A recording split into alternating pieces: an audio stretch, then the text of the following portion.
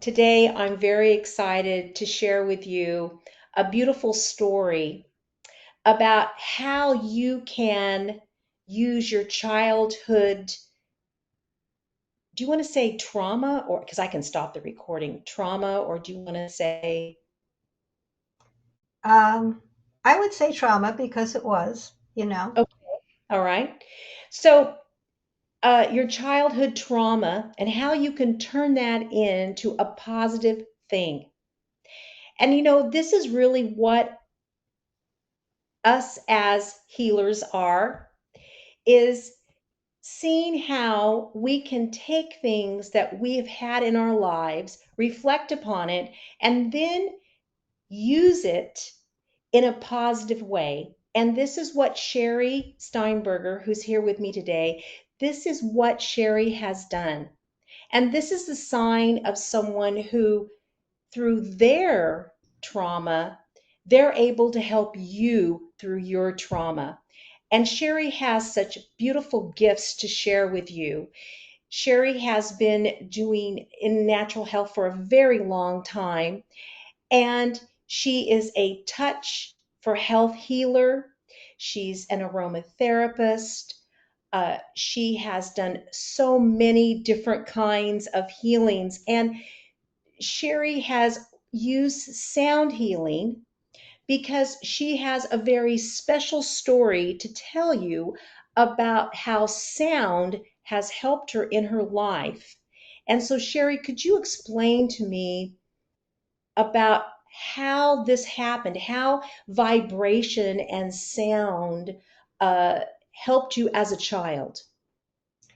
Thank you, Lori, for the opportunity to speak. This is not an easy subject, but it's something that later in life I found out it was really a tool that would help me and others. So I was an only child, and I had two parents who never should have married. My mother was kind of strange. She worked two jobs. She was always wanting more money, where my dad, just did basic things, but he was very shy. He just, in my mother's eyes, he wasn't a man. She wanted a real tough guy, but he wasn't. But anyway, she later we found out in life she had borderline personality disorder, and as a result, my life was chaos, and she worked two jobs. I was a latchkey kid before that word was even invented. My job was to make sure dinner was done and things were ready for her so then she could go to her second job. Schooling was not important for me, and I suffered with that. But what I learned is that when she would come in at 3 in the morning, in fact, I still get up to today about three because it's just like this pattern that I've gotten used to. And she would put her key in the door, and I could hear a vibration. And that vibration told me whether it was okay to work with mom or it was to stay away from mom. And when Hmm. my parents argued, which they argued a lot, I ended up spending a lot of time in a closet for safety because my mother would throw a lot of things. I'm not kidding. The house would be, she would go through like a rampage and it would be a disaster zone. And then she would walk out, and then dad and I would clean it up. But hearing that key in the door, there was something that came to me that said, okay, it's not okay, we're going to stay invisible. And as a result, my practice started with the acutonic gongs and forks for vibration, and I felt at home. And if you take a look at my website, you'll see I have all the planets around me. And when my instructor first told me how to play them all, she was rocking and rolling them, just really playing them. And for me, again, it felt like too much. So after I learned my training, I learned less is more. Okay. So just a subtle tap of a tuning fork or a subtle tap of, Chiron or Mercury or Venus was much more powerful for me and for my clients. And Hmm. some initial clients came in because I hate to say this, but they were sound junkies. They wanted all this, and they had gone to meditations with the glass bowls and other tuning forks. And time they came to me, they were like too much. It was just too much energy. Um, and they And got how did that, when they came like that, were they able then to settle down and be more calm with the way you were working? How did that work out for you with them? initially some people were unhappy with me because it's like this is what was again in the culture, Hmm. and I said, I'm not your practitioner. Then I had no problem. I could finally find my voice and say, I am not that person. I'm very subtle and soft, and I have learned, and this I guess I learned from my grandmother or my grandfather. You throw a pebble in the pond and you get this nice ripple, and the pond goes, yay, that's nice. You throw a boulder in the pond, it's like whoosh, and the lake is not, still. And I remember as a child going to camp, and I kind of broke the rules, and I would go down by the dock and it would still be foggy, and I would slip into the water and just kind of do the ripple until the counselor caught me and really yelled at me because I wasn't supposed to do that. But I was an only child, and I liked being alone, and I liked being with nature, and I liked the subtle things. I didn't like playing sports, and I didn't like teamwork. I was an only child. But Hmm. I have found that my softness or my just way, especially with animals and plants, um, is who I am. And That those who are attracted to me love the work that I do. You know.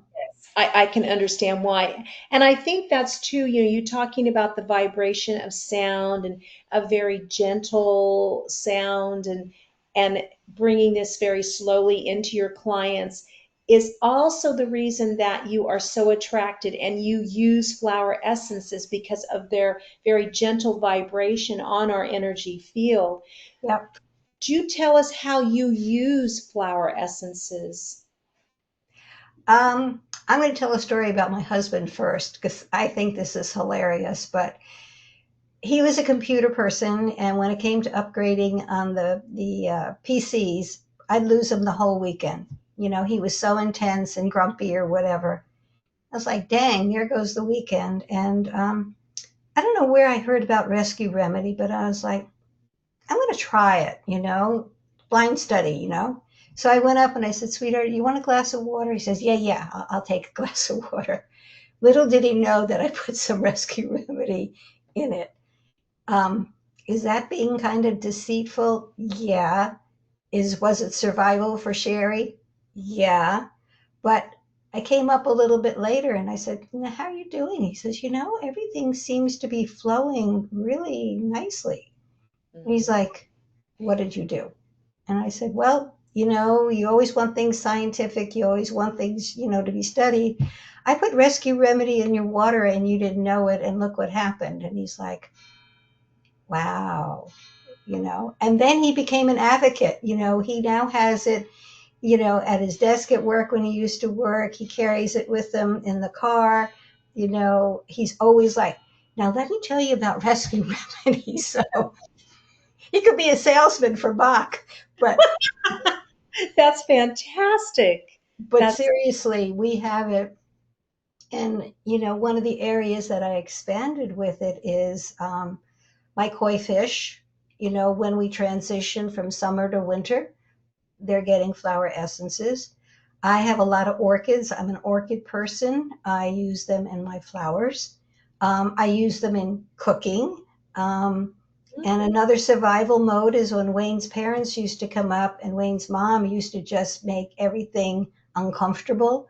I used to put a drop in all their juice glasses in the morning to start the day. And, dad even said, Mom's doing really well. And then Wayne looked at me and I'm like, yeah, I did that. I put the but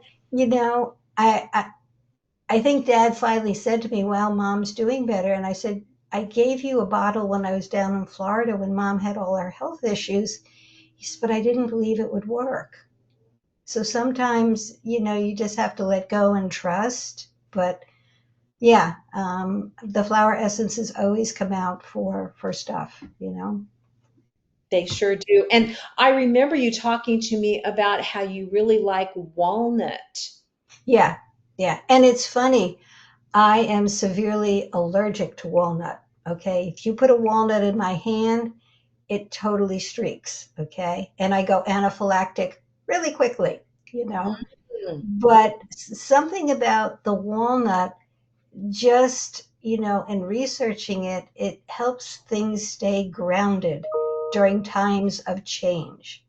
mm, And especially, I live in Maryland and I'm very close to DC. It's pretty dynamic here. And I have to admit I use some of my AI to ask about walnut, and I have lots of books. So I had all these books out and I'm like, yeah, walnut makes sense. It really helps stay, keeping you grounded and mhm. protecting you in ways that are very subtle, but it gives you the roots to stand who you are and speak who you are. Does that make I sense? yes, it does because a walnut tree doesn't allow anything to grow around it.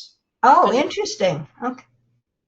And like you say, allowing you to be who you are.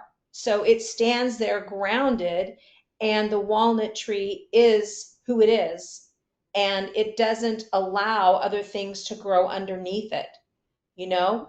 So you can really stand and be solid as like the walnut tree is. So I think that's interesting. The gesture of the walnut tree is exactly what you're saying, how it makes you feel and how you're seeing it work on others. Yeah. Uh, it's such a, and this time of the year, well, August through beginning of September here in France is when we pick the walnuts, is when we start picking them. And the flowers, of course, are very, springtime is when the flowers come out, and you don't really see them a lot when you look at a walnut tree, but Hmm. it's a strong tree. It really is. And I think more people need to be grounded, like you said now, because of the chaos that we have going around, and especially in your area, all the different things that are happening there.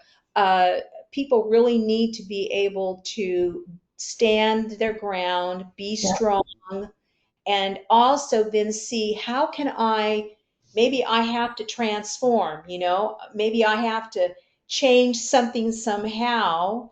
um, and walnut is good for transitions. It's good to transition into something else, especially in family situations, when people are, you've got teenagers that are going to college, or you're having a baby, or maybe people got divorced. It helps us through transitions too, which is really an interesting part of the walnut. You said the other flower essence that we have growing here, and it grows all over the world, is honeysuckle that you love. Yes. Yes. Again, doing research in the books and whatever, it's living in the now. And I think that's really important, that what happened yesterday is gone. What's ahead of us, we don't know. But if you can be in the moment and be able to hear and process in a way that it resonates with your body, mind, and spirit, I find it a very peaceful piece. I love the smell of the flower, to be Mm. honest with you. She's gorgeous, and stuff. So to me, these two are meant for today. What situation is going around the world, these two kind of have a synergy for me. I don't know if you would agree with me or not, but I just feel that synergy between the both of them. What are your thoughts? Oh, I think walnut and honeysuckle are two beautiful ones to put together, um, for especially for a harmony within yourself. Because like you said, being fully present is, we can't, worry about the past. That's done. And we don't know what holds us in the future. So if we can be here, like you said, grounded and in the present, then I think we can be there for ourselves, number one, and then for others. I think it's a great combination. And so how are you using them? Are you using them in your water? How do you use those two together, Shari?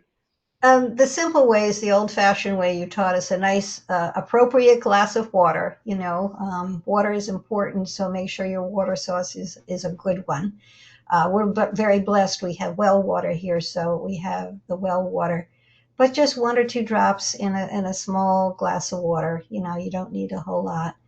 But one of the other things that I love is to get a Mister bottle, about 8 ounce, put your water in 3 or 4 drops. Keep that puppy in the refrigerator, and spray your heart area with it, just kind of let it Mm. fall over you. And, my husband's like, now what's in the refrigerator? He's like, what new bottle is this? He's an inquisitive guy, but he's like, is that something I should do? And I'm like, yes. So, yeah, Oh, that's positive, though. That's very positive that he's curious and that he wants to do it. yeah, he wants to. And for my clients, I will make something up and kind of explain it briefly. And then the clients come back and it's like, I like that refrigerator one better than the drink of water one, especially in the heat in the summer. And I'm wondering if I should, I'll throw this out at you, with a warm cup of tea, have something in your tea, maybe because winter's coming, you need something a little stronger, warmer. Or, you could put it in your bathtub, if you're soaking in your bathtub, bathtub's a good place. But I was even wondering if I should make a mister that's warm rather than cold and Mm. keep it available, maybe I have what is it, a small pan of water that it's a small container where you put stuff into, like a baby bottle warmer or whatever, to Oh, keep yeah. the flower essence warm, so Mhm. that you could spray it warm during the winter. Is that crazy, or That it's just a thought? sounds lovely, huh? Sounds Okay. really nice. Why not? Yeah, so you have something for both seasons. In the summer you're hot, and in the winter you just get that little bit of cold chill, and to sprinkle this other on you, I think would be a good idea. I think it's a very nice idea. And I love them. Like you said, I really enjoy having flowers in my bath water with me, flower Yeah, essence. I yeah, really do enjoy that. I use them in all, my tea, like you said. I put them in my husband's coffee in the morning. I put them in our juices. yeah, I make fresh carrot juice every day. I put them in our juices. There's just so many wonderful ways that we can use them. And I think you doing your sound therapy and using your touch for health and your flower essences makes such a gentle and harmonious way of healing. yeah. I've really found, like I said, clients that have some real issues. Uh, if I need big guns, I can do that, but I find in the long run the subtlety works, and it's fun when they come back and it's like, I feel different. I can't quite explain it, but and I'm like, that's okay, And the other thing is, when clients come to me, they've been to many other practitioners, and they expect me to say, what did the angel say? What did you see in my body? I don't get any of that information. And as soon as I go to that, my gifts aren't as good. The more that I just be in the present and hold the space and allow the energy that needs to come through me and to go to the client, is better than if I have a whole conversation. And it took me a while to talk to my client instead of saying, this is what I felt and so I did. When they sit up at the table, I say, what changed for you? Because I do a full intake before they come in, and they tell me everything that's, a concern. So when we get on the table, I set the intention and I allow the energy to flow through me. And then at the end, we sit up and we chat. And I said, so what's shifted for you? And then they can repeat all the things back. And I'm like, well, that's great. Is that what you were looking for? And it's like, yeah, it was. Or, no, I didn't know that, but it feels right. So the more I step away and allow, the more powerful my sessions are. As soon as I try to control them, Doesn't work for me. Doesn't work. Or Right, for my client. right. Again, I go back to less is more. Exactly. Less is more. And also, the right clients are coming to you for what your work is, and they appreciate you and love your work, and that's why they keep coming back to you, and Yeah. you keep helping them. Your energy is flowing into their energy, and you guys are connected in that moment during your session, and you're present and you're grounded. And what more can you ask for someone to be present and grounded? You know, a lot of times therapists have earbuds in and they're listening to music or something, and they're kind of off in la la land. And I mean, are they really present for Yeah. that client? So you being there present, most people don't get that today because they're on their phones. No, Yeah. uh, they're very scattered. So by coming to a person like you, Sherry, it pulls them back together. It gets their energy back together, grounded, present, solid. Yeah. That's for sure. And like I said, I've been in business for about 20 years. It took me a while to learn some of that, but it also came from my training. You say touch for health, and here we say healing touch Oh, is I'm so body. sorry. Healing No, no, touch. no. It's all about the same basic stuff. It's just a different language. But I know when I went to classes and had to learn, people would work on me and say, "Well, I felt this and I did that," and I was like, "Okay." And then when I had to do an exchange, I felt embarrassed because when they would say, "Okay, what did you observe?" And I'm like, "I can't tell you." And at that point, I didn't know to say what changed for you because we were conditioned in doing the coursework when we had to write up our case studies, just like you have people for the flower essence do their case studies. You have a protocol, and I couldn't do it. And I finally found one client who could feel my energy, and we translated, and that's how I did all my paperwork to get certified. Mm-hmm. Mm-hmm. And I was very frustrated. And later on, I guess a couple of years back, they had all the healing touch instructors talk about what's bugging you, what do you want to change, what do you want to do. And that's when I said, I wish you would talk about people like me. And it's like, what do you mean people like me? I don't feel anything. I know. And the one couple instructors said, you're like us. And I'm like, then why didn't you tell the students that there's another doorway to sense energy by knowing? It's not always feeling, it's just an inner knowing. And they said, yep, we should have said something. So, you know, as it's evolved, that's now included as another doorway. But you still have to write up your paperwork, though, for exams. So you never got out of it, but still, yeah.